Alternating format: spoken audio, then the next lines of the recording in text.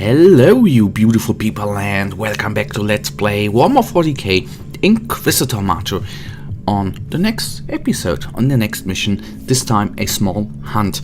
I'm thinking about maybe in the next episode we are going to try the next investigation, but let us take a look how this mission here is going to come out in the end.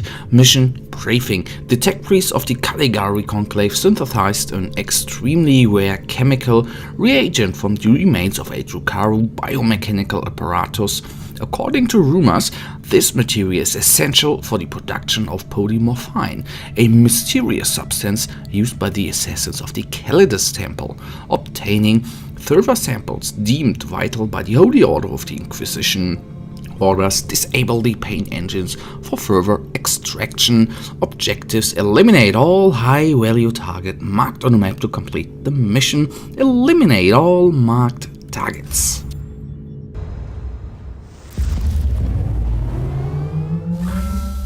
The web of heresy and corruption is spun by powerful beings and perverted minds. Hunt their enemies, and this construct of evil will come crashing down. So, a little hunt. We have to kill a couple of paint engines. The only sole part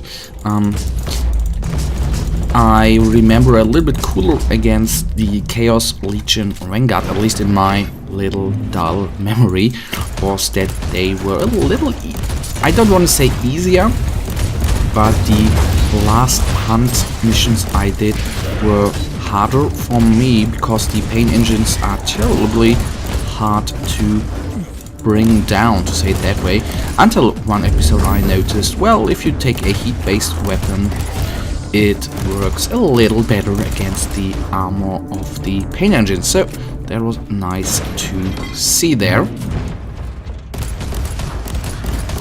So let me maybe kill the surroundings. That might make the actually engagement with the paint engine for me easier and less stressful for our suppression resistance in the end. So here's still two enemies, let me take them down too.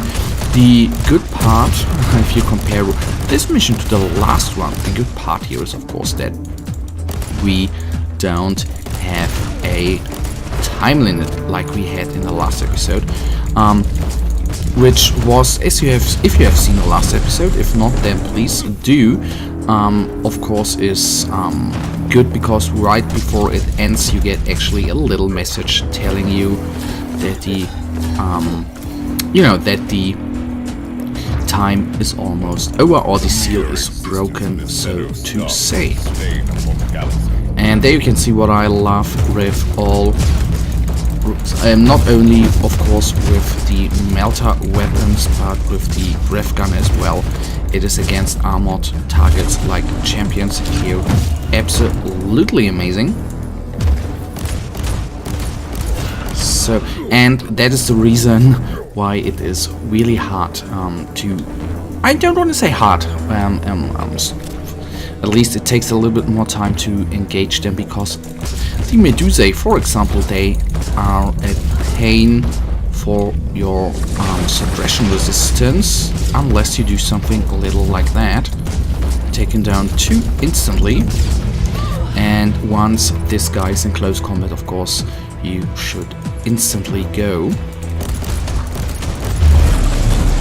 And out of the bubble you should go too. So one more Medusae, and then I will focus on the big fella in the background. So I'll try not to get him to close combat. Oh, that is amazing. Do you see how the health is dropping there? That is cool. That is, I think, for, if you compare, I know I deal with that topic a lot of times, but I think that is the main advantage of a ranged Crusader Inquisitor compared to the close combat guy, that once this guy here is in close combat, it is absolutely painful for me to engage him. As what you have seen probably there, that the power rating not depower-rating, the resistance in close combat, the suppression resistance goes down so quick, which makes it a tense battle, I think. Anyhow, these guys will fall as well. Kill those guys because of the bloody no pain bubble. And the next one is coming up. I might have done a slight tactical error there. I should have engaged the bigger enemy in the back door there, which I have not done. That might prove not good.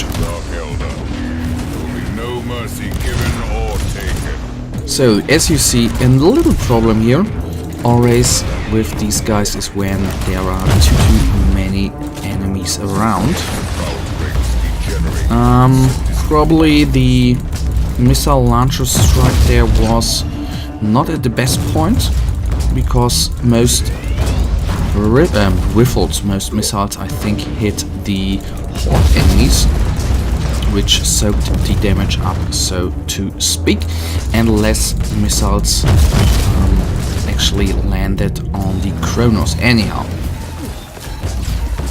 But he's slowly going down and shouldn't survive for too long. 600 HP remain. Take him down, please, before you die.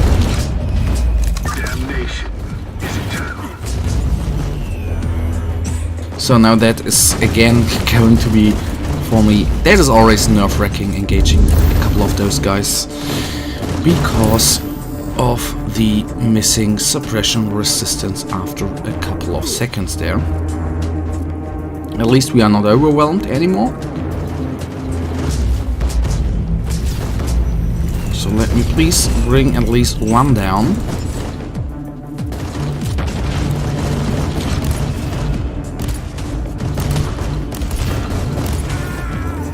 So let me bring him down before his shield is regenerating. So one design thing is out of my mind and aggravates me quite a lot of times, why they put those guys together with a Kronos and then in a squad of 3 or 4. They have special grenades, I think, or the shock thing there, which is a pain in the ass when these guys are 2 or more. Anyhow, we did it. Great. I was a little bit inferior, although you can see we already have taken 4 inoculators. Not a good sign, but the good sign is that we only have to engage 1 more pain engine, and then this mission is gone as well. Quickly reload, then we focus on this guy and then on the other guys on the right side. Oh, he dropped a lot of credits, nice. Although 500 credits, I guess, are not per se speaking a high amount if you got 4 million of them on your account. Let me take him down. This guy too. So these are the moments where I'm actually missing a AoE grenade, or not AoE, but a frag grenade to just take the not very armored targets down. Speaking about crap, that was not good, I think. Speaking about frag grenades, or AoE damage, so to say, what I'm really missing, which I was hoping for they would include into the randomized missions like we are currently playing, there were a couple of solo investigations where you could use, for example, one time a Bane Plate. I think 2 or 3 times you could use the Knight, or you could use a Imperial Knight, and these were, to be honest, one of my favorite missions. I was hoping that there were a couple of more randomized missions with that. There I am honestly, well, not immensely, but a tiny little bit disappointed, to be honest. The mere existence of the Xeno scum is a stain upon the galaxy. Okay, good to know. On we go. So, the last room. Imperial reconnaissance forces located. Potentially useful assets, but their current situation is terminal. Immediate action required.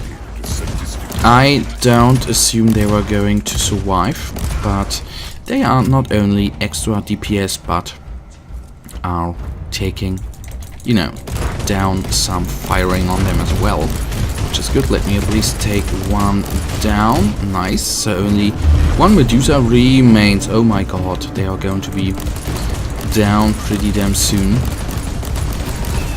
So if this guy is down, it is one less. Oh good lord, that is not good looking.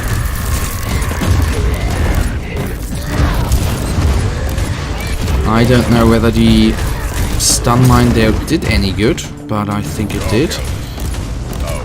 Although I don't know whether they were killed by...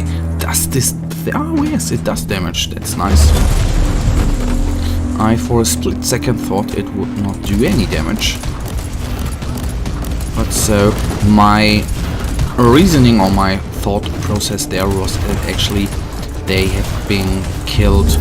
You know, these are self-destructive guys, aren't they? That they were killed by, you know, the suicide thing and not by anything degraded, but nice. It does damage, that's good.